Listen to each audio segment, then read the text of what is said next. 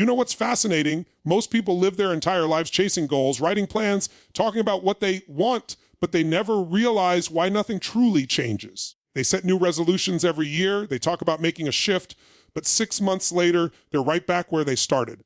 Why? Because goals don't change your life, standards do. You don't get your goals, you get your standards. Every result in your life right now, your body, your finances, your relationships, your happiness, they all reflect not what you wanted, but what you settled for. Think about it. Every one of us has a list of goals. I want to lose weight. I want to make more money. I want a better relationship. But what actually shapes our lives is the list of standards we've accepted. I can't miss a workout. I must earn this much per month. I will not tolerate disrespect. See, goals are what you hope for. Standards are what you demand. The moment you turn a should into a must, everything changes. That's when your brain stops negotiating and starts finding a way. Most people operate from a place of preference, not principle. They say, I'd like to be fit, but what they really mean is, I'd like to be fit if it's convenient, if I'm not tired, if I feel motivated. They treat success like a hobby. But when your standard is, I must be fit no matter what, you'll find a way to move, to eat right, to stay disciplined. The same goes for money. People say, I'd like to be financially free, but their standard is, I'm okay living paycheck to paycheck. You'll always find a way to meet your standards, even if those standards are low. If your standard is to just get by, your brain will help you survive, not thrive. You see, human beings are not limited by their abilities. They're limited by their standards. You can have two people in the same situation, facing the same challenges, and one will rise while the other crumbles, not because one is smarter, because one expects more from themselves. It's not about resources, it's about resourcefulness. When your standard is excellence, your mind starts looking for solutions, opportunities, connections, ideas, because it's not satisfied until it finds them. There's a moment in everyone's life when you have to draw a line in the sand and say, this is it. This is where it changes. Maybe it's after another failed relationship, another job you hate, another time you looked in the mirror and thought, I'm better than this. That moment of frustration is sacred. That's your soul telling you your standards have fallen below your potential. It's not pain, it's feedback. The universe is saying it's time to raise the bar.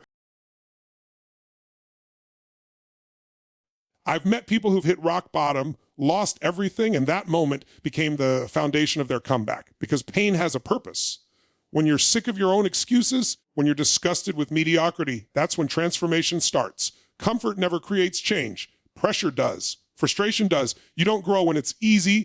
You grow when your old standards become unbearable. The problem is most people let life lower their standards instead of raising them. They let their environment, their friends, their failures dictate what they believe is possible. You've got to take back control of that thermostat.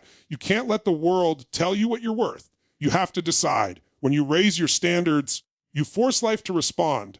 Life doesn't give you what you want. It gives you what you're willing to fight for, what you're willing to insist on. And listen, I know this isn't about perfection. We all fall short sometimes, but there's a difference between slipping and settling. Falling down doesn't define you. Staying down does. You've got to raise your standards so high that failure becomes fuel, not finality.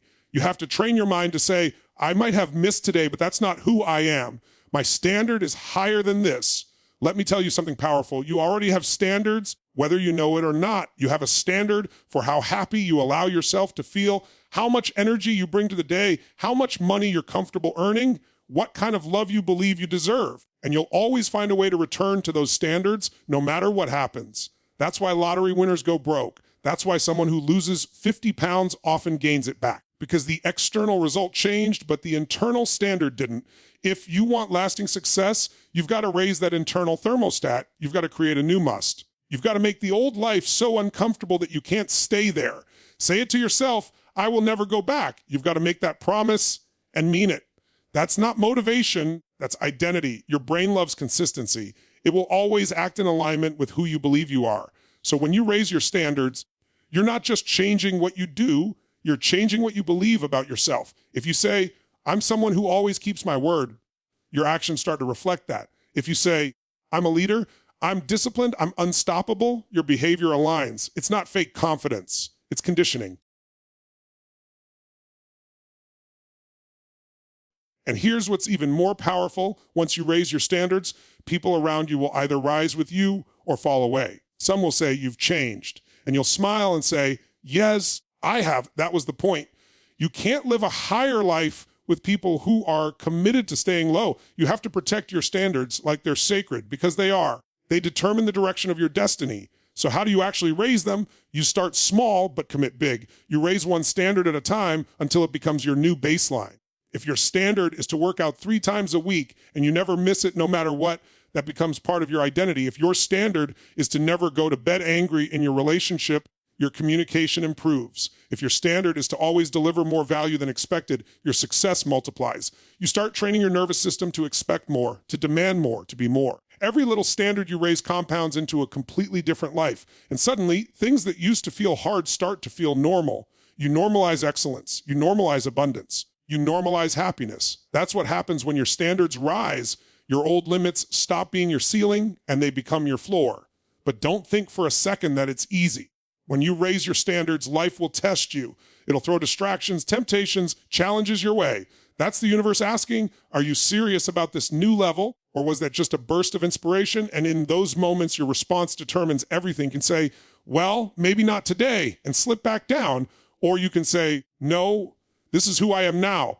That's the key. This is who I am now. Not who I hope to become, who I already am. When that becomes your mindset, you start living at a completely different frequency. You stop negotiating with your excuses. You stop making room for doubt. You stop lowering yourself to fit into places you've outgrown. You start expanding. There's a power inside you that's been asleep for too long, and it's not waiting for motivation. It's waiting for a standard.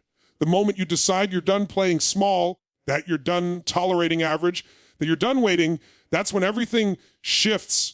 Because once you've tasted the power of living at a higher standard, you'll never want to go back to the version of you that accepted less. Raising your standard. The greatest power you'll ever have is the power to decide. The moment you decide that your old standards are done, that this is who you are now, this is what you expect, this is what you will no longer tolerate, that's the moment your life changes.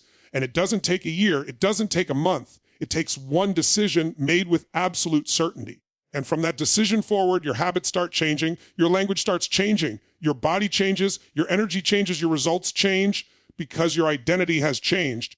And that's when you realize the truth. You don't have to chase success.